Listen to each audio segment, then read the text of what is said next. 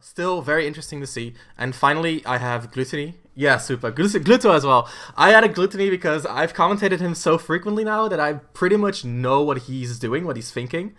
And we can actually just start with Glutonny. So, I'm not going to do like a full VOD review, but I do want to talk about some of the things that happened. So we got Grand Final Set 2, right? This is a horrible beginning for Gluto. We're going to watch this first game because Quick actually just comes out of nowhere from losers, resets the bracket, and in this game, Quick gets a free stock, which is going to be weird because I commentated the set. So you're going to hear me twice. So Gluto is doing something in this match that I think is very interesting. Glutonny is focusing on playing around Quick with a lot of vertical movement. And that's something that Tweak does. Tweak does that so much, like the vertical movement, and that's something that's super underutilized. Because in this game, so actually I can show you guys, there's a lot of things in this game that are very strong horizontally. And I think the best example of that, and one of the characters that was strongest in the beginning of the meta is like Chrom, right? Chrom is like one of the best horizontal characters in the game, right? On the ground, he will always beat you with down tilt, and then there's Nair. So because of the low landing leg of moves, a lot of people focus around landing with their aerials and create a horizontal wall with that. And this is one of the best moves for that, right?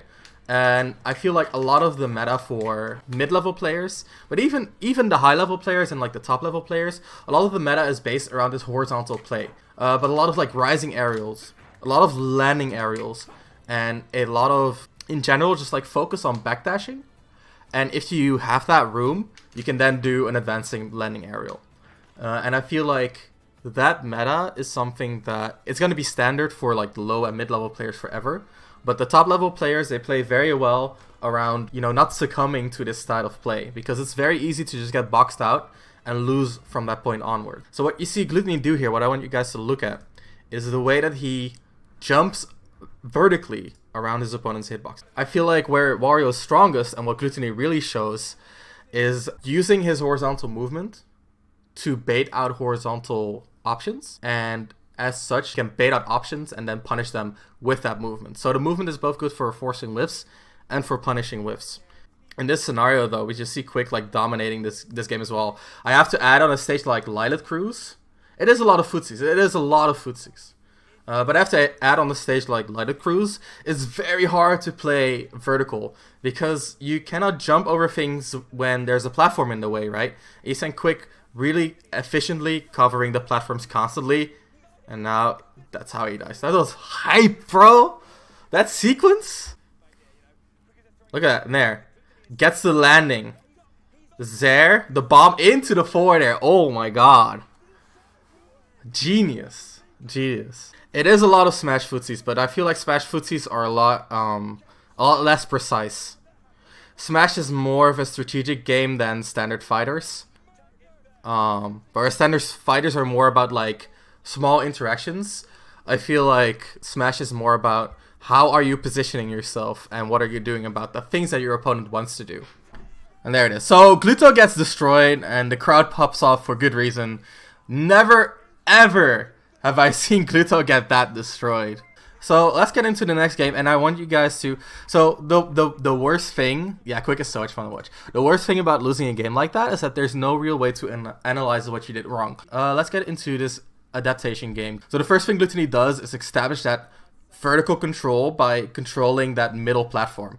And that's actually something that's very unique about Tana City and this transition as well, is that middle platform having that position. I feel like in a lot of like the triplat stages or even Smashville itself, if you control the middle platform, there's not a lot of room to play around with on Smashville. But on Tana City, because you have the other platforms as well as a bigger stage, you get a lot of control by just utilizing that platform. And one of the few character mains that really do this is Chrom mains, like Chrom and Roy mains. They do a lot of like jump on the platform, drop down forward air. Shoyo James actually popularized that a lot.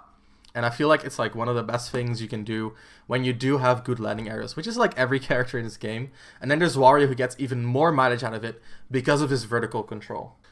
I feel like as soon as he plays that horizontal game that you see right here, it goes wrong. But then he tries to go high, he gets anti-air. So he feels like there's no real option for him to take. But throughout this set, throughout these games, you're going to see him adapt more and more to the type of gameplay. Of course, one of the things that you have to do to beat Samus is abuse her disadvantage. Her disadvantage is actually really good, but her landing can be iffy on other aspects because of her slow falling speed. So even though she has some mix-ups, it is one of the fields you have to focus on.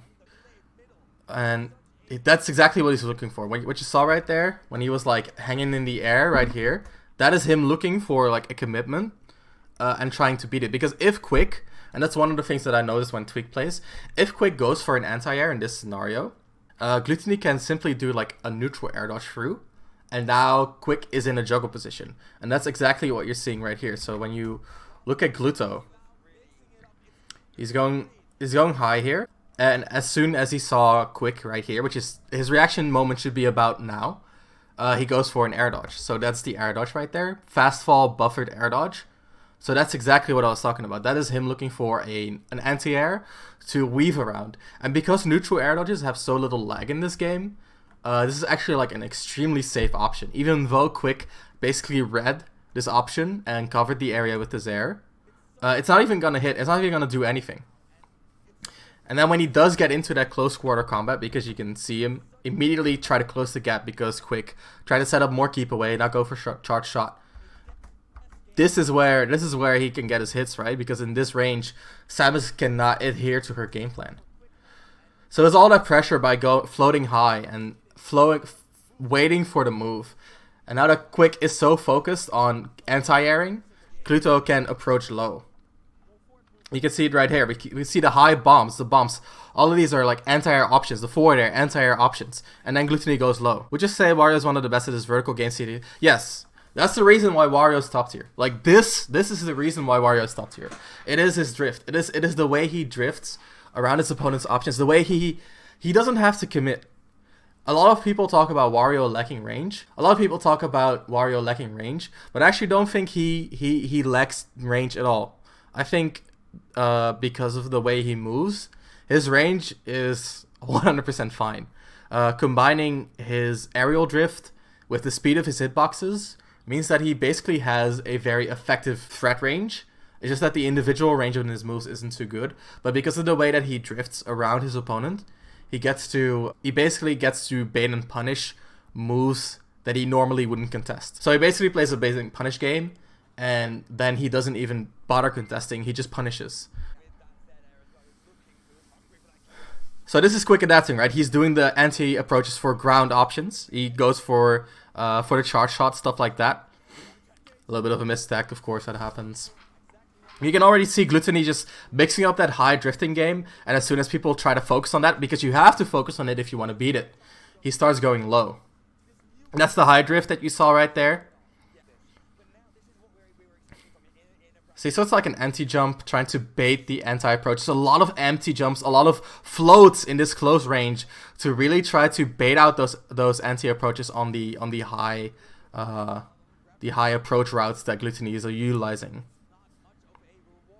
And then there's the low approach to mix it up. And in this scenario, I feel like Quick is using the bombs because he feels like a bomb is a lasting hitbox, so it will cover something for him without him having to commit to it. And that's a really good counter adaptation from Quick, but we're going to see in the later games, we're going to see Glutonny just kind of eliminate that option in its entirety. Another one, we saw that. We see the way Glutonny has like trained Quick to think he's going to be high is insane. Because look at this charge shot. Look at that! That's a read on a high approach. Gluto hasn't been getting any hits from high approaches, but because he just uses that option so often and makes Quick think that it can happen at any time, Quick wants to cover those high approaches. So Gluto gets the pressure, fills a little bit, but that's fine. And another anti-air, that up air, that is an anti-air. It's just anti-air after anti-air after anti-air, and look at this. He runs forward, up air. It's the up air. It's all those high approaches getting covered, and then Glutonny just pushes through with the low approach, and I feel like that is where Glutonny is playing a different game than the other Warios, whereas Tweak is like very patient, and even the Japanese Wario is also very patient, but they don't force the opponent to choose. So they kind of wait for the opponent to make a mistake and then punish on reaction, which Glutonny does as well. And it's actually the reason why Wario is so strong, because he can You know, he can punish things that are normally not punishable due to his high air drift. But Glutonny adds a little bit of pressure to it by using his movement without committing at all. He's hardly committing here. You have to commit extremely hard if you're quick, if you want to catch these approaches, these fake outs. And all of those are commitment. Look at another one of those high anti-airs with the up air. And then the bomb just doesn't work. Just does not work. It's like art to me. I feel like this set is like the definition of conditioning. And now it's just basically over. I mean, honestly, there's not much Quick can do in this kind of scenario. You know, Wario, one of the heaviest characters in the game, one of the best recoveries in the game, one of the best kill power in the game. This is basically over already. So let's skip to the next game and look at some of the more interesting interactions, right? So we're going to Battlefield. I feel like Glutonny, after game 1, he banned Lilac Cruise because he saw that the low platforms basically stop him from doing high approaches. So instead, we got these platforms to kind of fill the same role. However, in this scenario, the nice thing about Lilac Cruise is that the middle platform means that you can hold on to stage control, basically the middle of the stage, while getting basically a free anti-air for high approaches. Because Glutonny cannot do like a full hop, empty air dodge, or full hop, fast fall down air to break the zone. Because of that platform. In Battlefield you don't, so you have to choose between holding on to center stage or going to the corner and getting a better anti-approach situation because of the platform. But if you do get hit, you get pushed off stage, and we saw last game, we saw how much mileage Glutonny gets out of pushing his opponents off stage. So I feel like that's one of the most interesting things about Battlefield, for most zoners especially, is that platform positioning. Do you want that anti-air approach coverage at the risk of, you know, dying early off stage? It's pretty hard choice to make, honestly.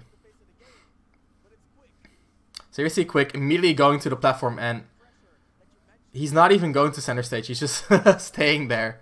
Glutonny, meanwhile, this is the point at which Glutonny's like, I don't need to approach if I don't want to. He's going to get charge shot regardless. And that is going to help him so much in this set. It's going to help his mindset a lot.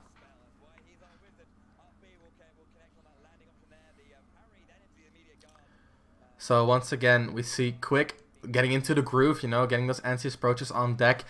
Glutonny playing a little bit too fast, but as soon as he gets into that close range, it's hard to even see how he got into close range, right? Because he's doing so much shit constantly.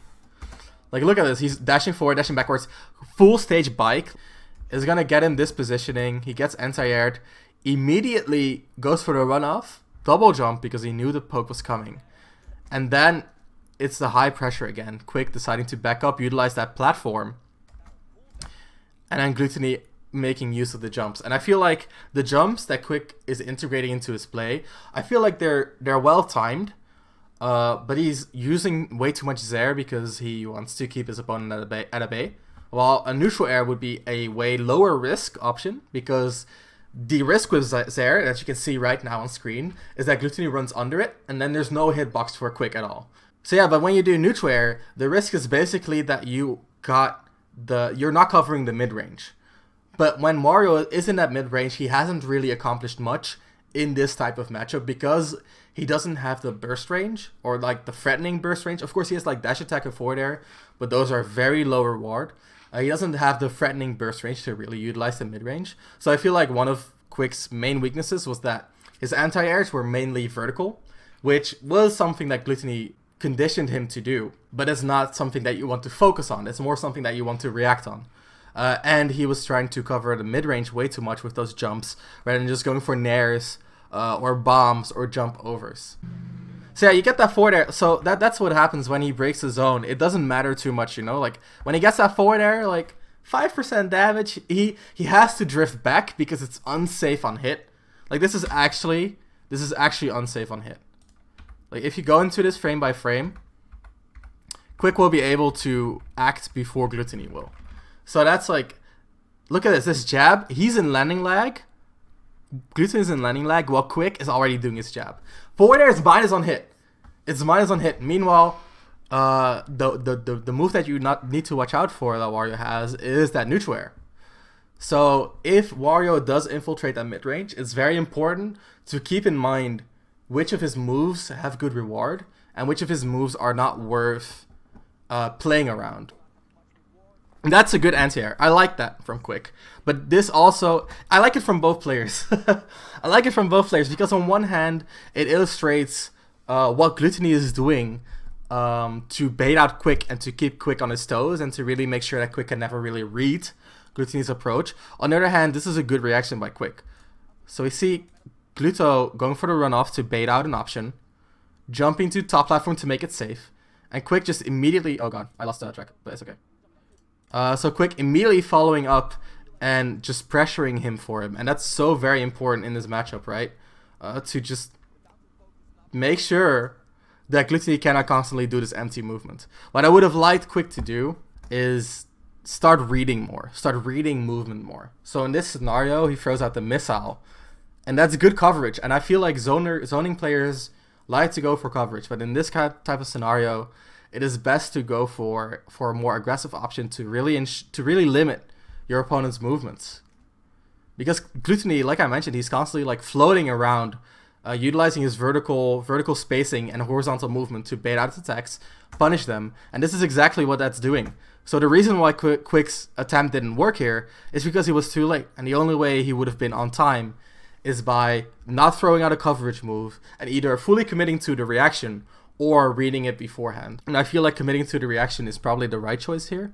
But in this scenario, it just kind of wasn't what happened. He even goes for the double jump forward there, trying to salvage the situation. But this is what we were talking about. When Glutonny does that empty neutral air dodge to the ground, this is Quick in a juggle situation. And he gets immediate punish off of it. And we saw Glutonny go for those empty air dodges a few times. Didn't get much out of it, but the one time he does, look at this. This entire situation is a result of that one neutral air dodge and Quick being a little bit too antsy to get the hits. Once again, high charge shot to try to get to jump. And I feel like this is where Glutonny will try to get, you know, another one of those full hops, anti-air dodge, really trying to bait out Quick. Would you say vertical condition is only viable when a character has high air drift? No. I do it a lot with Shulk as well. I feel like you either need high air drift or huge hitboxes. So you need, in other words, you need a way to control a lot of space without committing to it.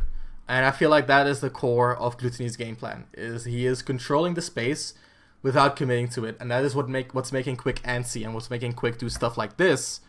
That's just not worth the risk, right? Because the possibility of Gluto being there. And the same goes for a character like Shulk or even Chrom, you know, who has a combination between huge hitboxes and good airspeed, where they could control that space at any time they would like. And that is what's making the opponent antsy. So it's not vertical, it's not aerial drift per se, but it's definitely a possible component of it. I feel like Jigglypuff does it as well, right? If a Jigglypuff platform camps, that would be very similar. Another so many full hops by Glutonny right there.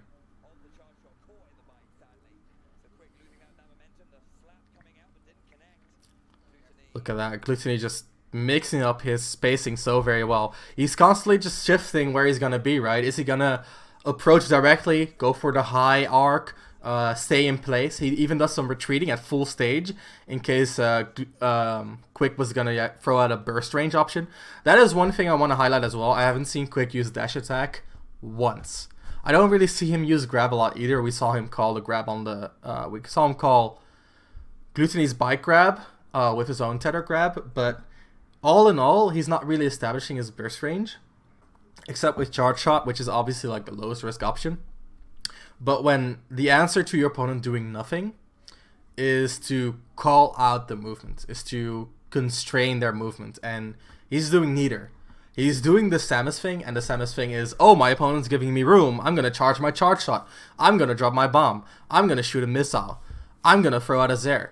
But Glutonny is using those moments. He's reading when Quick is going for the setup, and the moments that Quick goes for the setup, he's advancing, and that is when his movement mix-ups start putting pressure on Quick. Very interesting. I feel like Glutonny's main flaw in this set, and the reason that Quick can still stay in the game, even though, in my opinion, Glutonny is outplaying him on a conceptual level, is because Gluto's advantage state was really, really poor. To be honest, that's like a matchup thing because Samus she's heavy, she's floaty, she has bombs, she has a good up B to recover. So she has a lot of options to make it out of this advantage. And I feel like Quick's advantage state in this set was amazing. It was really good. He's getting good follow-ups. He's recognizing aggressive landings and punishing them as well. But yeah, so that's one of those things, you know, like your neutral can be conceptually better. Knowing a character is not just outplaying them in neutral and understanding their neutral, it's also advantage state and getting out of disadvantage state. Let's go to the last game because I feel like this game is basically already been decided. Why haven't I seen you commentate in tournaments? Your knowledge is so in-depth. I actually, thank you, I appreciate the compliment. I'm actually one of the probably top 3 commentators in Europe. So if you want to see me commentate, you gotta watch the European tournaments. So there's the up air to waft. So let's get into Light. And I'm so surprised that this stage was picked again because we were talking about it earlier. The low platform is really anti-air Glutonny on those vertical approaches. Yeah, I feel like this is Samus' best stage in my opinion. I feel like one of the things he could have done more often is go for those close range charge shot because this entire set he's been basically throwing them out on like jump height, and I feel like this using charge shot as like a disjoint to beat Wario's lacking range while being safe is extremely strong. Nice conversion. This is what I was talking about. Like Quick's advantage state is insane. Like this man, this man pushes his hits to the limits. That's very, very nice. Not something you see from Samus players often. So look at that. Like this is something that Quick. This is one of his main weaknesses. I'm sorry, Quick, if you're watching. I'm sorry for exposing you, but I'm gonna tell people how to beat you. When Quick retreats, he always retreats all the way to the ledge, and we saw this a lot in his sets versus Dark Thunder at DreamHack. Oh no, I don't want to think about it. Look at this. Look at Quick retreating out of this scenario. He's running all the way and just got chased down by Glutonny, and he does that very frequently. It's one of his worst. Or used to be, I don't know how it is right now, but it was one of his worst player habits.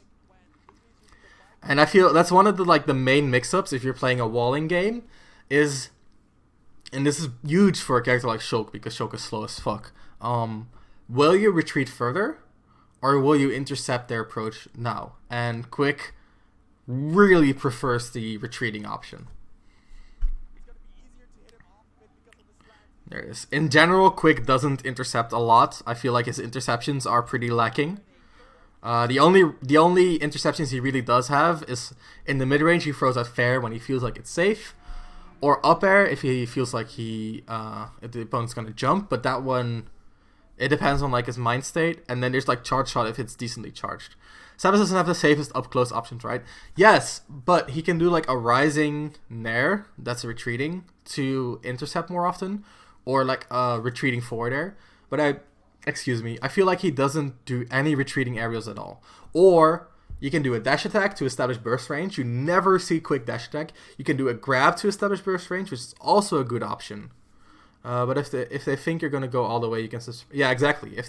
If you're constantly retreating, you gotta mix it out more. Quick should have experimented with more ranges and options. Yeah, you could summarize it like that. Yeah. That's exactly it, Guy. I'm happy that I'm explaining it well enough for you to understand it without having to ask. And this is Glutonny turning it up. And that's exactly what I was talking about. I feel like, yeah, jab 1 is a good close-up option as well. We were talking about like advantage state. This is like a critical miss. Like a crucial moment. This miss in this advantage state could be the difference between a game win and a game loss because Quick hardly had any options left. He was in a very awkward position because this is a dash attack, right? He's almost in the blast zone. Glutonny has all the room to pressure here. Goes for a jump, Quick jumps over, and this is where Gluto's inexperience comes through. This up air would have hit on a character that falls a little bit faster, but because of Samus's weird physics, he misses. And I feel like that's where Quick outplay Glutonny in this set, is in that advantage and disadvantage state. Quick push to the ledge, and this is one of the things we were talking about, right? He can utilize the anti-approach of the platform, but that means that he gets pushed to the corner that much more easily. It's one of the things that's super underrated about the stage that Quick uses a lot is because of the slant of the platforms, it's easier to shield poke some characters. Quick aims his charge shot to hit around here, and that it has a way higher chance of shield poking. In this scenario, Gluto tried to parry, I think. Yeah, there was the parry. He was definitely looking for the parry. It's very strong though. When someone's by the ledge, if they're really used to shielding, you can shield poke them and just kill them at stupid percents. Because they're often not ready to DI either. Alright, well, I just want to see this end. There it is. Alright.